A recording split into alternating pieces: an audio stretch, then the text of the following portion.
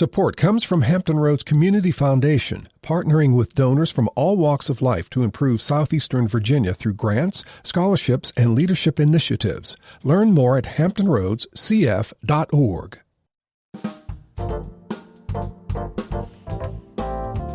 Hello, everyone. I'm Barbara Ham Lee.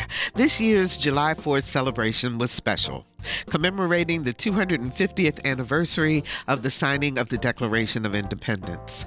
In a time fraught with political and cultural dissent, the holiday was a chance for all Americans to come together and acknowledge that despite our differences, democracy still stands. Yet politics prevailed, even in the planning of events. America 250 or Freedom 250, anyone? Up next on Another View, how historians of the future might talk about America and democracy at the 250-year mark. That's next on Another View, right after this national, regional, and local news from NPR and WHRO News.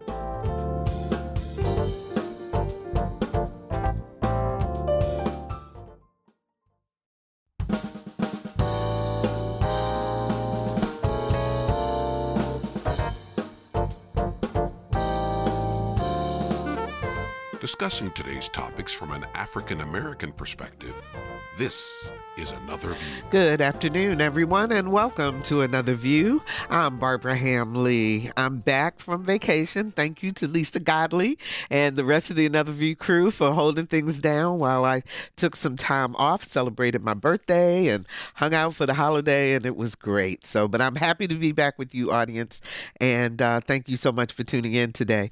Of course, I have to start with something major happening in our community, and that is the Hampton Storytelling Festival. We've had Jay Johnson and other storytellers on our show on several occasions. It is always a great time. It is happening July 17 through 19, so that's next week, in Hampton, and it is free for all ages. All of the programs will be held at the American Theater, which is on 125 East Mellon Street in Hampton. And you can find out who's showing up and the types of stories they're going to be telling and so forth at hamptonstorytelling.art. hamptonstorytelling.art. And one of the major culminations is the story feast, a smorgasbord for the ears, an elegant evening of dining and stories. That's going to happen on July 18th, that Saturday from 6 to 9 p.m. at the Hampton Yacht Club. And if you want more information about that particular event, call 757-725-1398. So going out, support them. They tell great stories, and it's a lovely time for everyone in the family. So when historians talk about the future, when historians of the future talk about America at age 250, what will their perspective be? Will they talk about nationwide celebrations that brought together people of all races and cultures? Or will the focus be on the photo that went viral of a Black woman seated, unmasked, on a D.C. Metro train, surrounded by white supremacists en masse? Or will they talk about both? Here with some thoughts on how America might be portrayed is internationally renowned historian Dr. Cassandra Newby-Alexander. Hi, Cassandra. Hello, Barbara. How are you? I'm good. Thank you for being here today. And joining us by phone is constitutional law scholar Dr. Vania Blaiklock. And Vania, congratulations on the doctor. Thank you. Last time she was on our show, she was working on her doctorate, and I think you told me you did your dissertation the week after you were a guest on our show, right? Yep, I defended right after. Yep. Fantastic. That is fantastic. Congratulations. Thank you. So I'm going to ask that question. Cassandra, I'll start with you, Cassandra. What will the perspective, if you were a historian 50 years from now, 30 years from now, what would you say about what's happening in America today? I think that historians in the future are going to have a very unique perspective, much like the perspective that we have when we're looking back on the 1990s or even going further back, the 1980s. There will be access to a lot more documents. I think that people will probably see this period of Trump as a period similar to the turn of the 20th century, where there were so many people looking backward and trying to recreate a past that really didn't exist and fill the nation with a lot of mythologies, a lot of stereotypes, and a lot of lies about who we really are. And so I'm not too sure that historians in the future will be that kind to as they analyze this period in American history. Interesting. From a law perspective, Vania, what do you think the people, the law professors, the law historians of the future will say about what's happened, especially in light of all the changes with the Supreme Court? Yeah, that's a really great question. And actually, when I was thinking about this question, I kept coming back to this sentence that Justice Jackson says in the recent Trump v. Barber decision in her concurrence. And she's talking about remembering history. And she says, and this is a quote, she says, "The distortion of historical facts, retellings that reimagine and repurpose past events to lend credence to misbegotten aims may be an even greater threat than how we remember history, basically." And so I wonder if we have to ask not only how will historians remember the 250th, but also whether those rememberings can be true. Like, will they be true? How will they be true? Because not only will people have more information, we will have more, doctored information. There will be AI documents that people might think are true that aren't true. So I think that'll be a new challenge for historians also, just kind of weaving between what is right and what is correct and what is not correct. What is not correct. So the two different versions of the July 4th celebration, to me, was an excellent kind of a snapshot of what's happening in the country today.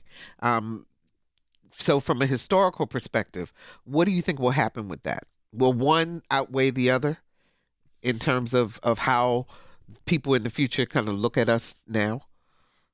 For as long as America has been America, there have been two Americas.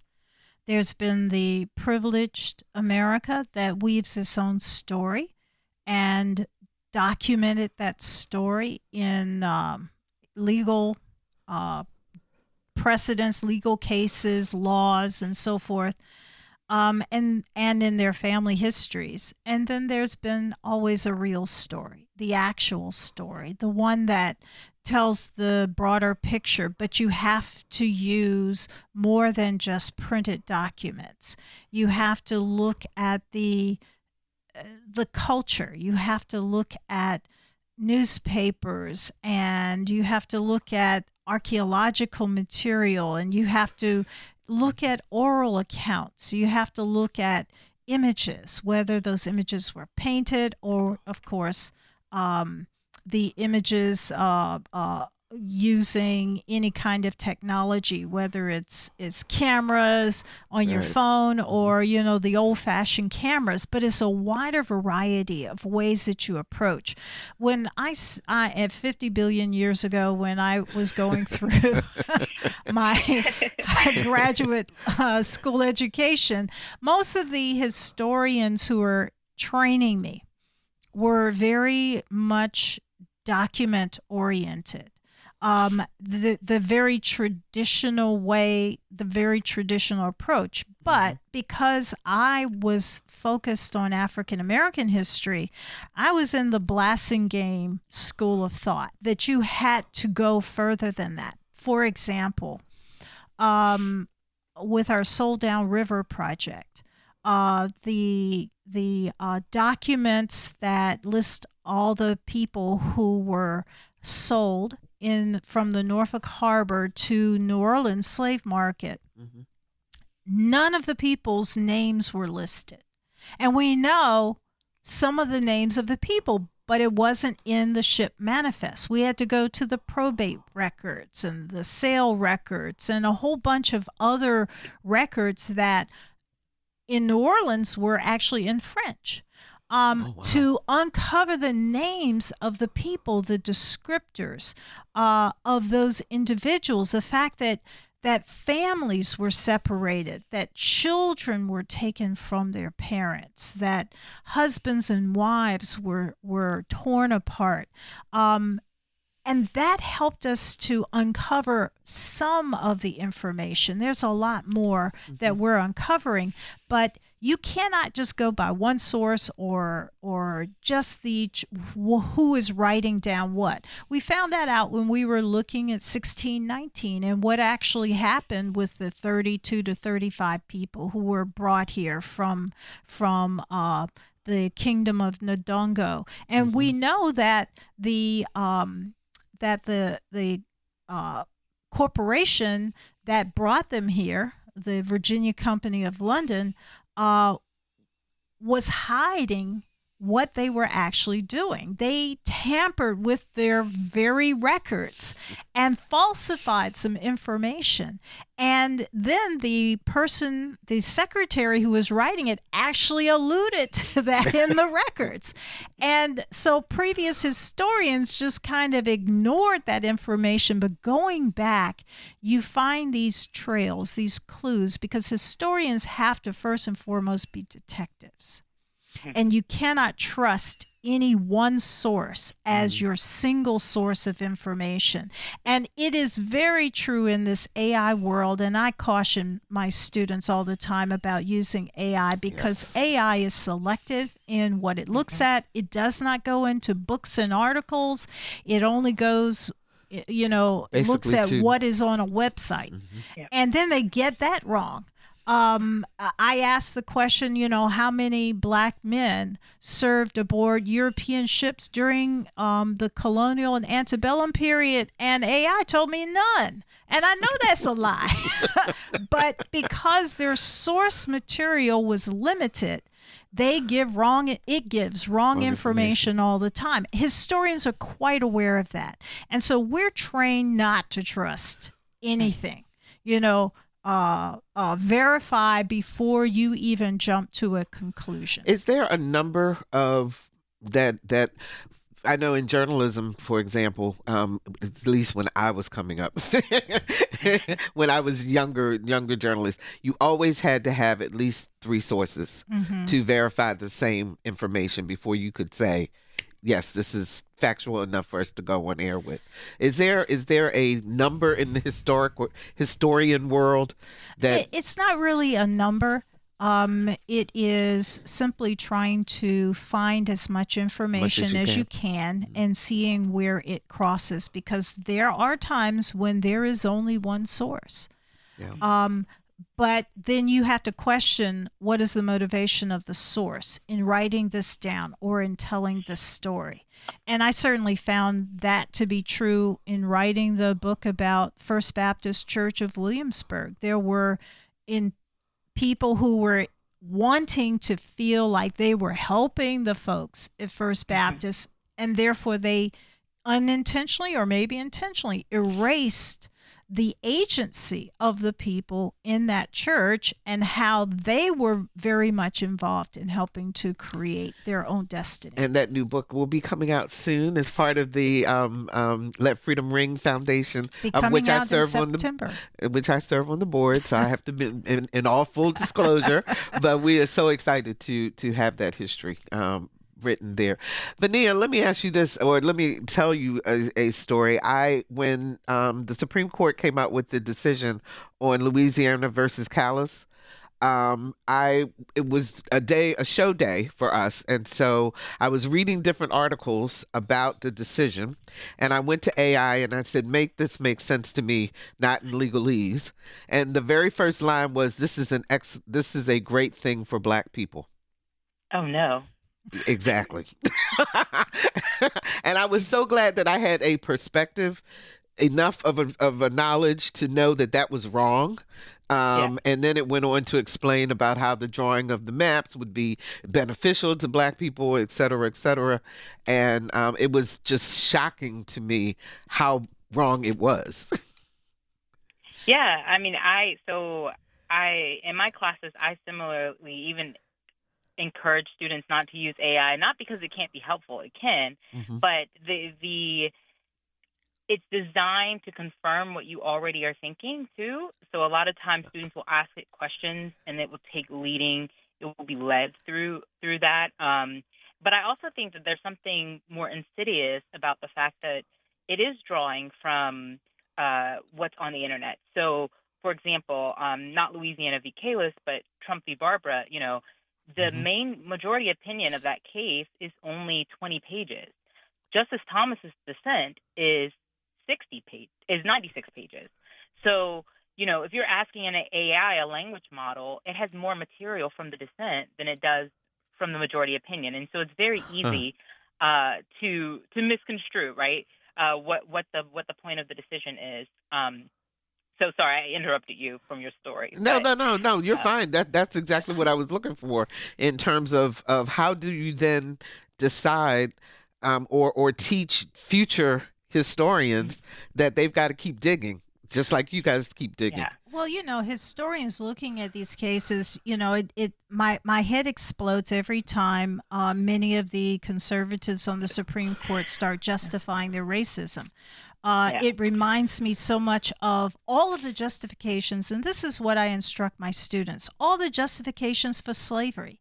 There were volumes and volumes. You look at Thomas Jefferson's Notes on Virginia, where he spends so much time trying to explain away his racism and his decision to remain a slaveholder, knowing that he was wrong in what he was doing, by even saying that black people weren't human. They were some hybrid species of an original African woman and an orangutan. And I'm still trying to figure out, how did this orangutan, who's from Asia, come over to Africa and have sex with an actual human being and produce black people? And so, these leaps of logic are always. And I remind my students, if you want to know when someone is splaining, meaning they're trying to justify a lie, they take a long time to say it. They take a long time, yep. They come up with all kinds of I call it verbal diarrhea, where they just start talking and talking, these threads that make no sense, that are threads to nowhere, and completely confuses you, so that by the time you get to the end, you ask the question, so what was your point again? Because you get lost in the volume of what they're talking about. Information. And these cases are simple. The 14th Amendment, I keep hearing people say it over and over and over again, and it's still a lie. The 14th Amendment was not just written to restore the rights of human beings who had been formerly enslaved as citizens. Because if you were enslaved, you were not seen as a citizen. This was for freeborn people. The Dred Scott decision did not just strip enslaved people of their humanity. They stripped all black people of their humanity because they used the word Negro in that case, and that included both free blacks as well as those who were enslaved. So the 14th Amendment was restoring what was seen as a given, which is that anybody who was free and in this country was considered a citizen. And Barbara, go ahead, Vania. I was just going to say really quick that it is also, in terms of remembering this moment and thinking about this moment with the court, one thing that is really fascinating is that this is a court that, at least verbally, is very concerned with history. And so in every case, from the gun rights cases to the birthright citizenship to voting rights, you have the conservatives and the progressives increasingly utilizing what a lot of people like to call lawyer history, where people not trained to be historians are engaging in historical analysis and in a way that becomes the law. It becomes enshrined. And so that, in some ways, I think it's more dangerous and more important for legal historians to be vocal about the fact that this is not historical analysis as it is done by experts, by trained historians, because that's what's happening. You have someone, I talked about this the last time I was there, you have conservative justices saying, this is what the history says, thus this is the conclusion we're drawing from it, and then that becomes the law that they rely on 2 cases down the line. So like Justice Alito in the Kalis decision basically sketches out this strong history of us being colorblind, but then he's citing cases from 2020 and the future. So it's just very interesting who gets to be the kind of dictator of history and how we have to be weary of the court taking on that role. Now, do you remember, before I come back to you, Cassandra, Vania, do you remember any other times in past law history or legal history where this has been the case? In other words, where again somebody was interpreting history to fit what they were trying to accomplish? I think so. I would argue that history has always mattered in every decision. Even, Dred Scott's been in the news a lot because of the birthright citizenship case. And Chief Justice Taney is relying on his history, and particularly the founding, right? He spends a lot of time in Dred Scott discussing what the founders intended, what the founders thought all men being created equal meant, and how that excluded Black people because it had to, right? Because they weren't liars. And that would have made them liars. And so I would say that history has always been relevant, but it's not until post-Brown, post-Reagan, where originalism is on the rise. And for those who don't know, originalism is a type of constitutional interpretation that conservative justice tend to subscribe to, which argue that the Constitution provisions have an original meaning that can't be changed except for by amendment. And so once that starts to become the standard approach to interpretation, if something has an original meaning, you have to look backwards to find it. By definition, it is a theory that looks backwards. So history is prioritized now as an exclusive way to interpret the Constitution, when before I think it was just one of the many tools. So very famously, Chief Justice Warren in Brown v. Board, he says, he actually, when asking the NAACP when they were drawing the briefs, he very famously tells them to go back and give him the history about how the Reconstruction Congress, whether they would have thought about desegregation when they were drafting the 14th Amendment. And what happens is they find that it's actually inconclusive, or on the other hand, they were totally cool with segregation. And because the court didn't want to rule that way, Chief Justice Warren famously says, we can't turn back the clock.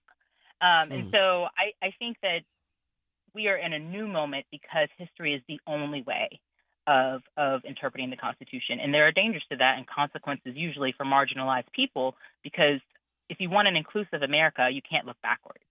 Yeah. Our history doesn't bode well for inclusivity. You have to look forward. 757-440-2665 or 1-800-940-2240 are the numbers to call to join our conversation. What do you think about the future and how America will be viewed going forward? Give us a call. Let's talk. 757-440-2665 or 1-800-940-2240. From both of your perspectives, and I'll start with you, Cassandra, is democracy safe? Wow, that's a loaded question. Is democracy safe? So I believe that people have to, first of all, believe in rule of law. And as long as you believe only in pushing your particular agenda, then it is not safe, because democracy requires that sometimes your side loses, that you don't get what you really want at the time that you want it. But you learn how to accept and go along with what the majority wants. And then if you don't like it, then you work towards changing that with the system that's there. Within the system. Right. Yeah. What we're seeing is desperation among those who believe they're going to be the minority in this country. And that desperation is not surprising, nor is it new. I'm reminded of a book that was published in 1829 by David Walker called Walker's Appeal, in which he actually stated how he was talking both to black people and to white people. And he said, look, we've got an issue here in America. And white people, you're afraid that if black people get free, they're going to come and kill you because of the things that you've done. Black people, you're sick and tired of being held back for those who are enslaved, or being enslaved, abused, etc., etc. If you're free, not having access as everyone else has to your own labor in some cases, to the fruits of your hard work. And so he said, America, you've got something coming down the pipe. White people, if you just go ahead and leave black people alone and let them be free, all of this fear, all of this, what you consider to be revenge that'll be coming, it'll all be forgotten, because people at the end of the day simply want to be left alone and live their lives. And he said, but if you keep on, there will be a race war. There will be an explosion. You will have a reason to fear. And he used the justification of his position by using the Constitution. He actually set the document up like the Constitution, and he cited the words of the Constitution, saying this is the hope that is here. This is the rule of law. But one thing we have to remember in our society is that a lot of the racism that was introduced into the law really came from the published sermons of Puritan ministers like Cotton Mather, who talked about how it is impossible for a black person to be a Christian because they're black.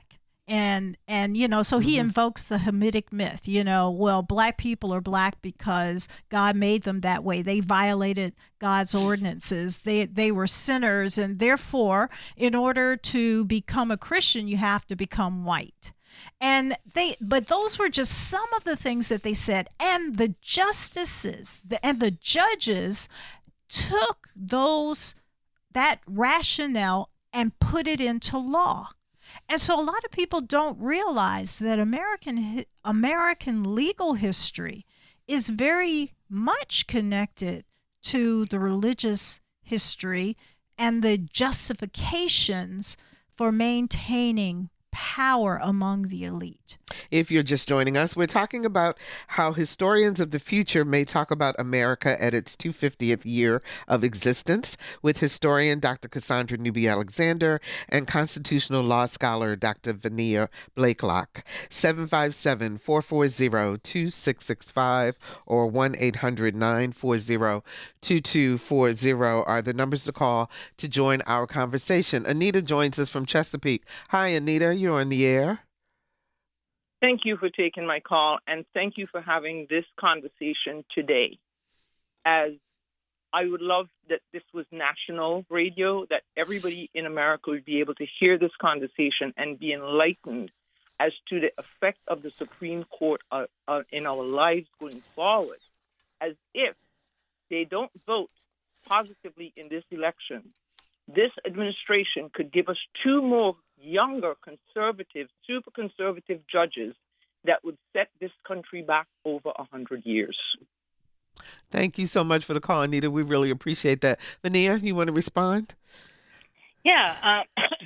So I think I'll respond to that with answering your question about democracy, because my response is related. So I would argue that at least democracy, as our Constitution has designed it, has always been precarious.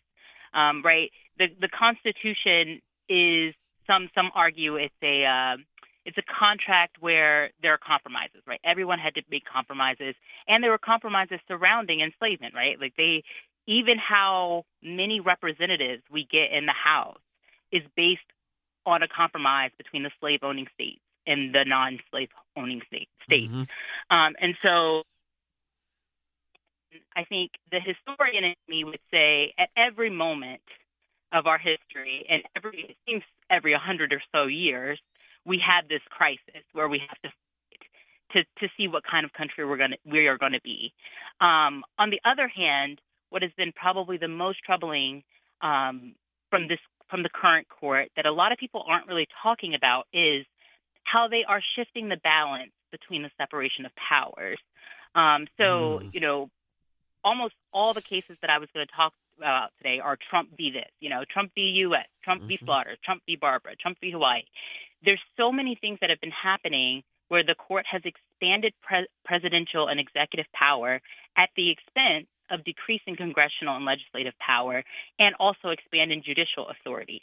And I think for those of us who are concerned with democracy, and especially democracy as our Constitution has designed it, we should be concerned that even if we have democracy going forward, it may not look like the democracy we've always had based on that change in how the executive is functioning, how the judiciary is functioning, and how Congress is functioning. So that is just something to think about, and that does matter. Who's on the court matters. I think I said this last time I was up here. We only get Brown v. Board of Education because Chief Justice Vinson has a heart attack before they decided it the first time. So who's on the court really does matter. And until there are changes to how we appoint justices, that means who we elect as president really does matter. So let me ask you a question then. Do you think the Founding Fathers ever planned for, since they apparently tried to plan for all of this checks and balances and so forth in our government, did they ever plan for the fact that there would be a court that would try to change the dynamics of the three branches? Yeah, that's a complicated question. So I think I would say first thought is no. Most people, when they look at the judicial power, when you start a constitutional law class and you want to talk about judicial authority, you always go to the Federalist Papers. And Federalist number 84, written by Alexander Hamilton, this is the argument he makes, is that the judiciary has no power.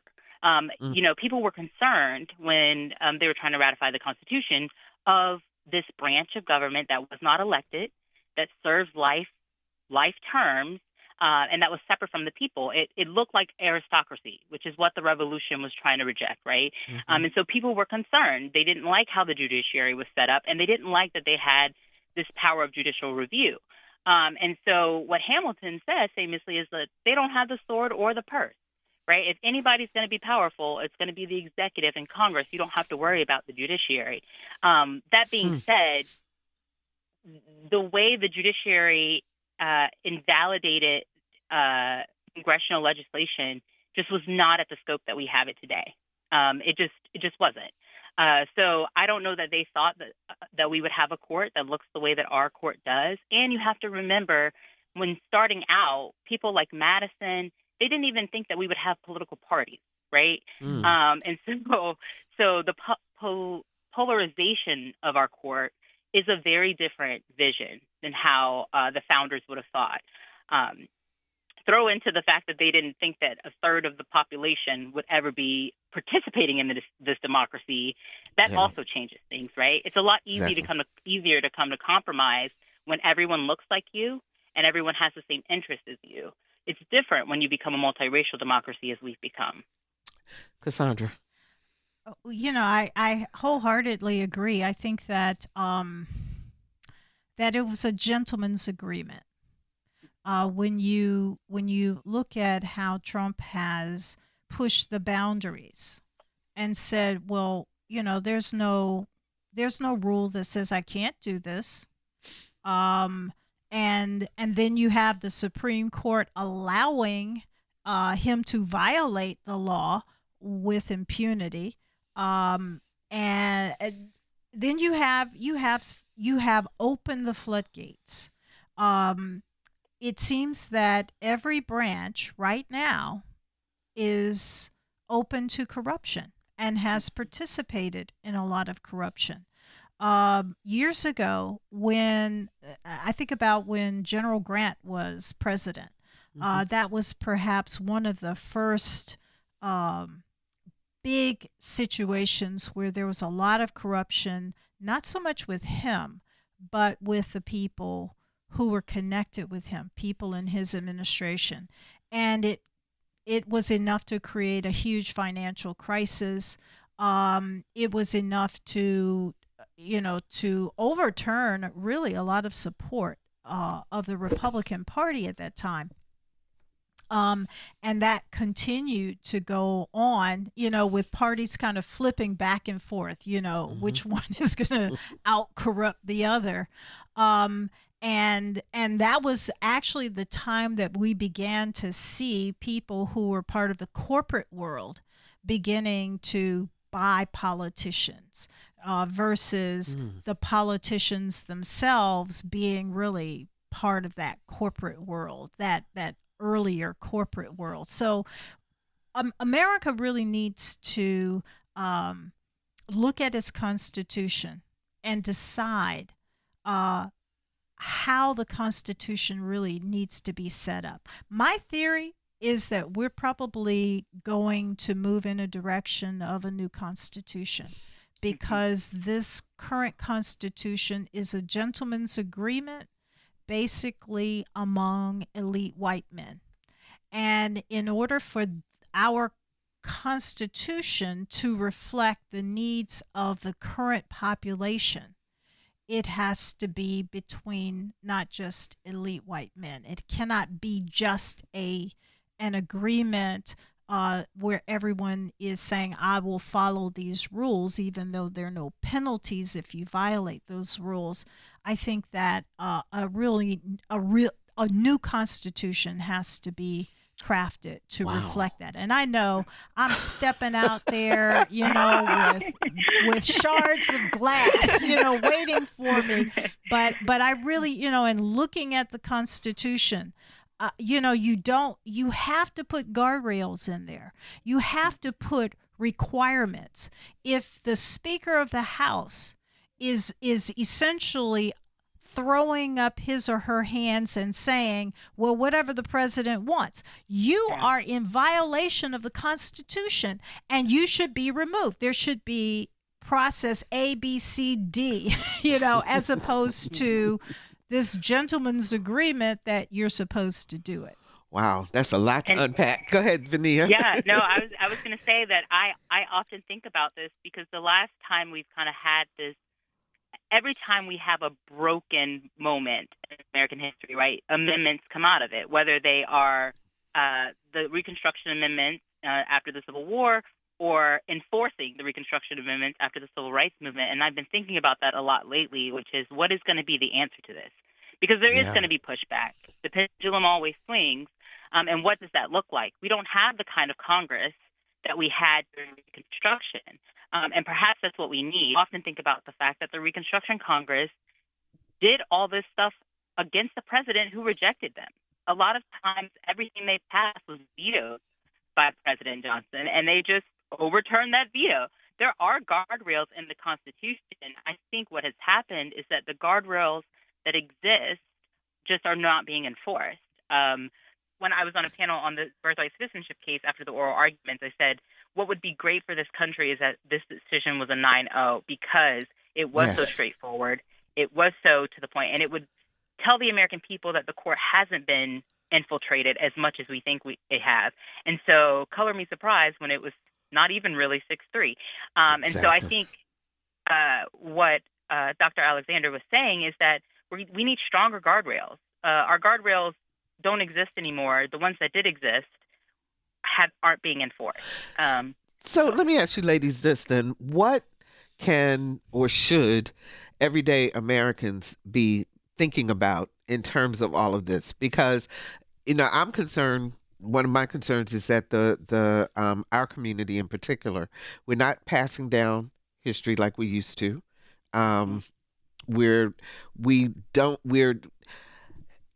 People don't seem to be as engaged in terms of what is actually happening around them. And until something very specific hits them, it's one thing when you got to pay $4 for a gallon of gas, but the whole thought process before it even gets to that. People don't pay attention.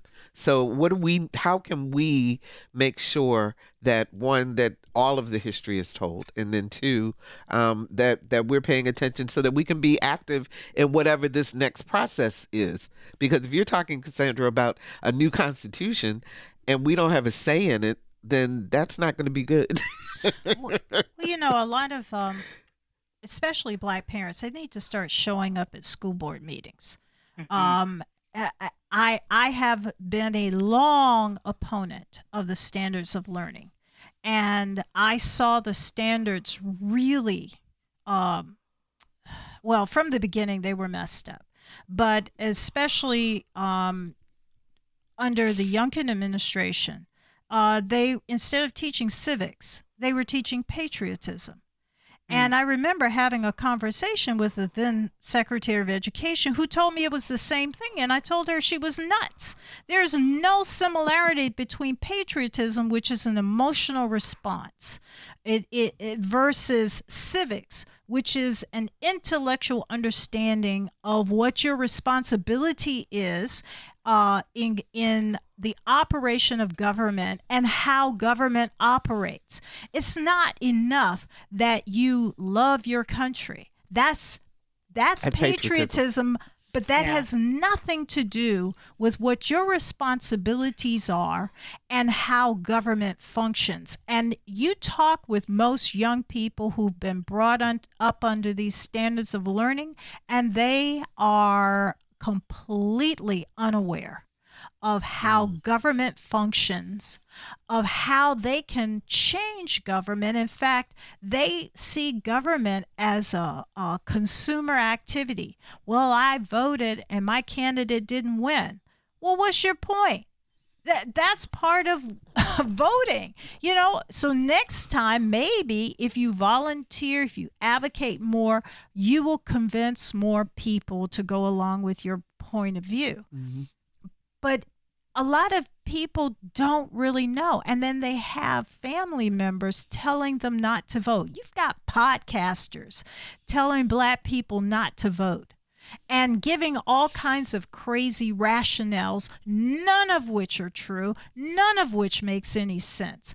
But it gives excuses to people to focus on the wrong thing as opposed to what's really important, because how government functions can have a direct role in how safe you are, how contented you are as a resident of the area, and what kinds of amenities you might have or resources you may have for you and your family. And it starts locally. Yes. Because people think want to think on the national scale all the time, but it starts here at home. In fact, I remind my students all the time that you pay more in local taxes than in state or federal taxes. So you need to first start locally.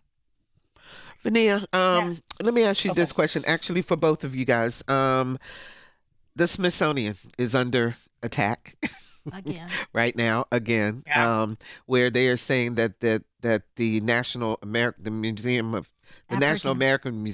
yes, is not correct in the way that it tells stories. I thought it was a little ironic that the participants of the Freedom 250 found safety and shelter in the National African American Museum. Is that a metaphor?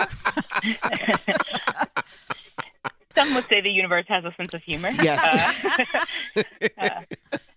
But I guess my question is, in terms of how things are going for the future, how critical is it that our institutions, that our historical institutions, our legal institutions are left alone in terms of doing the scholarly work that they're supposed to do, as opposed to getting caught up in the day-to-day media work? Well, there is actually some pressure at some institutions.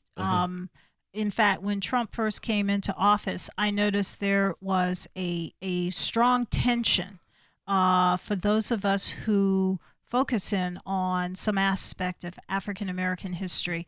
And I, being the big mouth that I am, basically said, nobody is going to tell me what I can and cannot research. And if we want to have a fight over this, I'm ready for the fight. And there were people who backed down. But there, fear is a very dangerous thing. Fear can keep you staying in a building that's burning as opposed to running out and saving your life. Fear can keep you from speaking up and standing strong. I think about what Jack Smith said. He said, I'm not afraid. And you shouldn't be either. Stand up for your rights. And every time we've seen people stand up for their rights and stand strong, they've won. But you still have a lot of people willing to capitulate.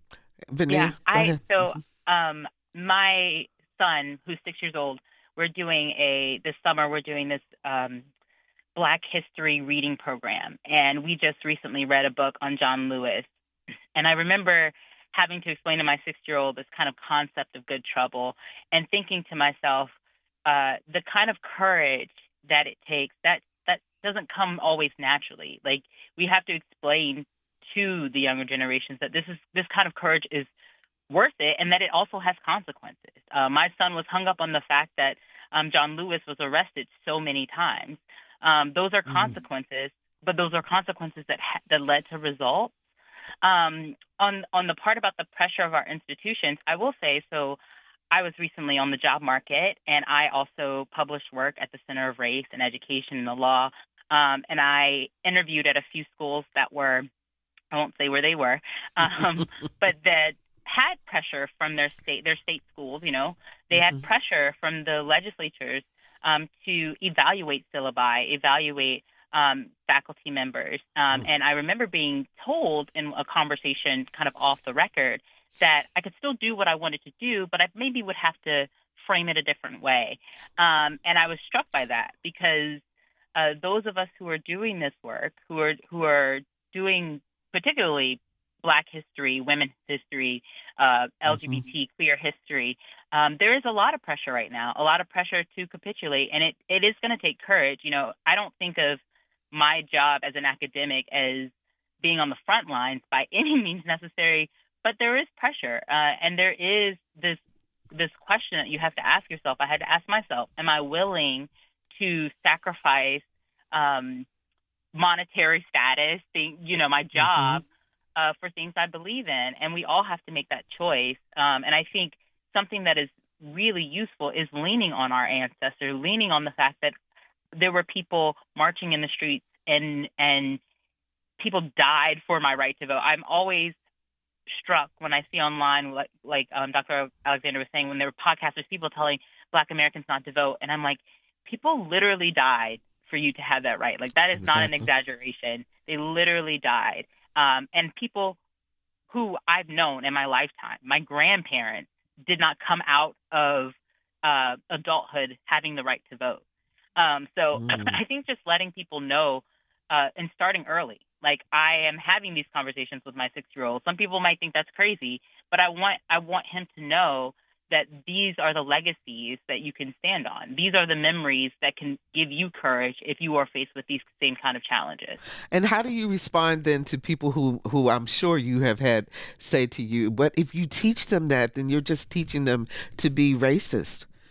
Yes, that's a great question. And I think people who say that, either they don't have kids or they don't know what it means to teach age appropriateness. But it has led to some sticky questions. So my son has, been in spaces that are predominantly white, and he's asked me. We've talked about desegregation a lot because that's what I do, and he's like, "Why did people think that way? Why did they do that?"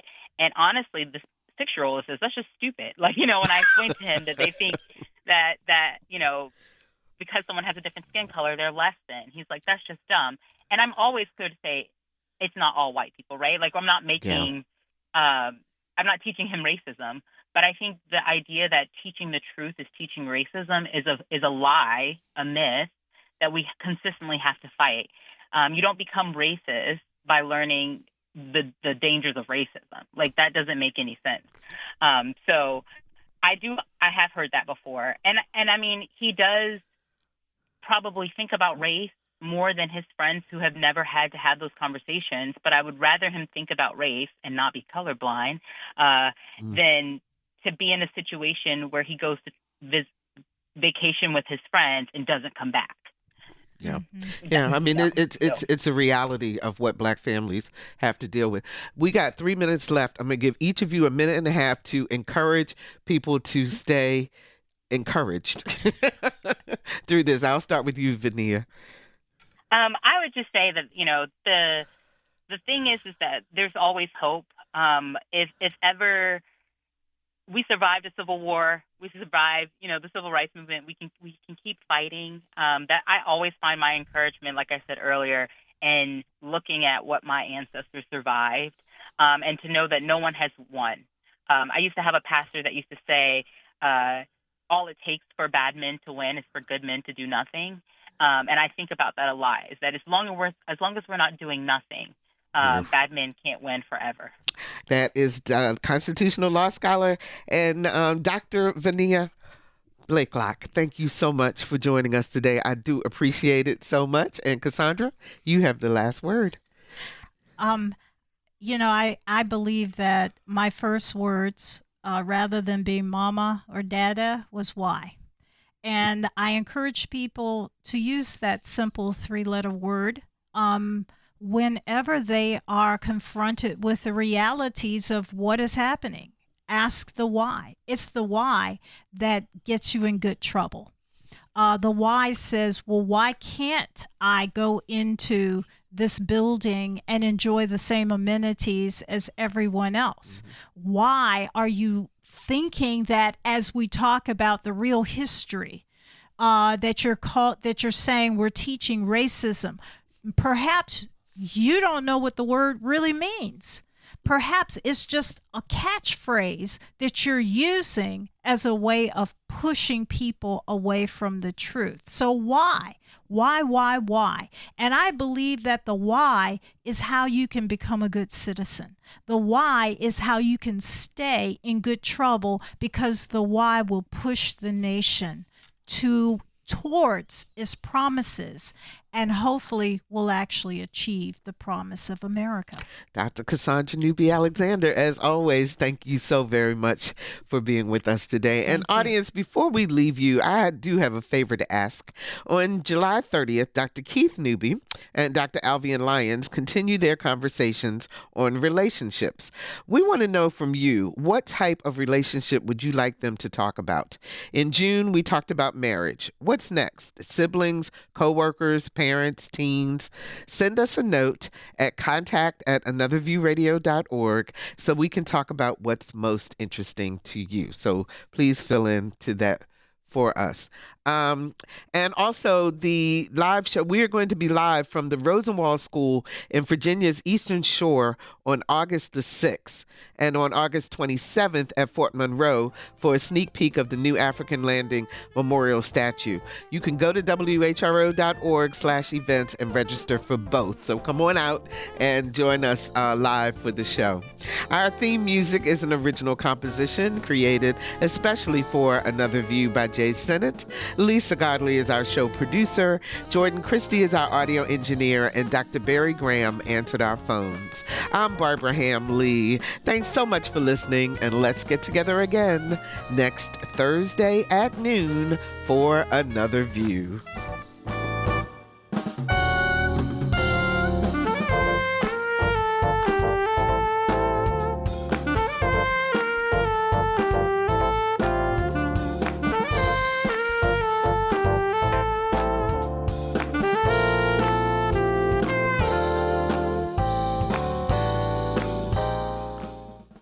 Support comes from Hampton Roads Community Foundation, carrying out your charitable wishes forever, whether it's helping shelter animals, feeding the homeless, enhancing the arts, or supporting students. Learn more at leaveabequest.org.